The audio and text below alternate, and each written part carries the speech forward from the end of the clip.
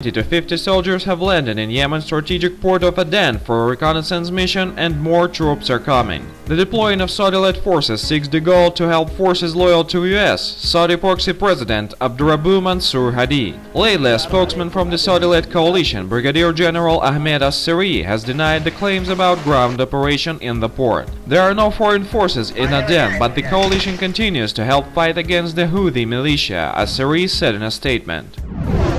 Notwithstanding the denials of any ground operation in Yemen, Saudi Arabia has started training hundreds of Yemeni tribesmen to fight the Houthis on the ground. The training received by the Yemeni tribesmen in Saudi Arabia allegedly includes light weapons and tactical advice knowledge. According to the Reuters source, the kingdom plans to boost deployment of such units to fight the Houthis' resistance. Another source reports some 300 fighters have already managed to return to Yemen after getting Saudi training. They were originally sent to the Sirwa district in the central Marib province to battle Houthis in the area. The fighting is ongoing in a number of major fronts. In Aden, the Houthis are engaging tribesmen who are supported by Saudi-led air forces. In Yemen's third largest city, Taiz, Houthis are fighting the Sunni Islamist fighters. The Houthis and their allies have been also fighting both Islamists and local tribesmen in Marib and in Sabha provinces. They are formerly valid part of the forces in Yemen, which Saudi Arabia is training and arming with US intelligence and logistics supports, are radical Islamists. Probably the only forces that are gaining as a consequence of this conflict indeed are Islamic State and Al-Qaeda.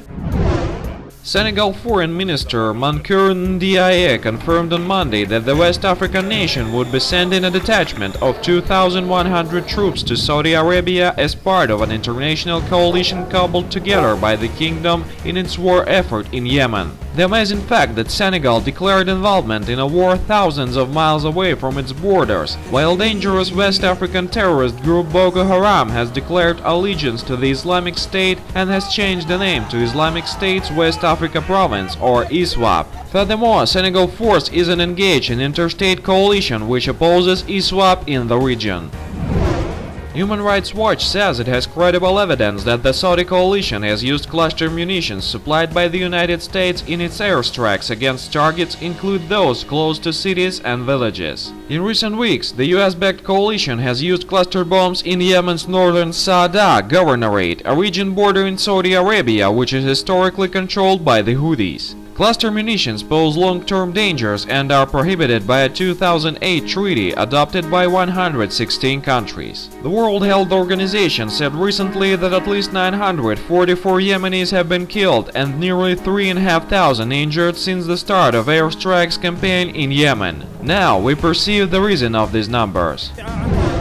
Islamic State has claimed responsibility for the foiled attack on a controversial Prophet Muhammad cartoon contest near Dallas, Texas, that ended with both assailants being shot dead by a traffic cop. The announcement was made on the group's radio station. Mainstream US media dubs that ISIS was directly involved in planning and choosing the target of attack. It's the first time that Islamic State has claimed it was behind an attack in US soil. However, it definitely isn't the first mark of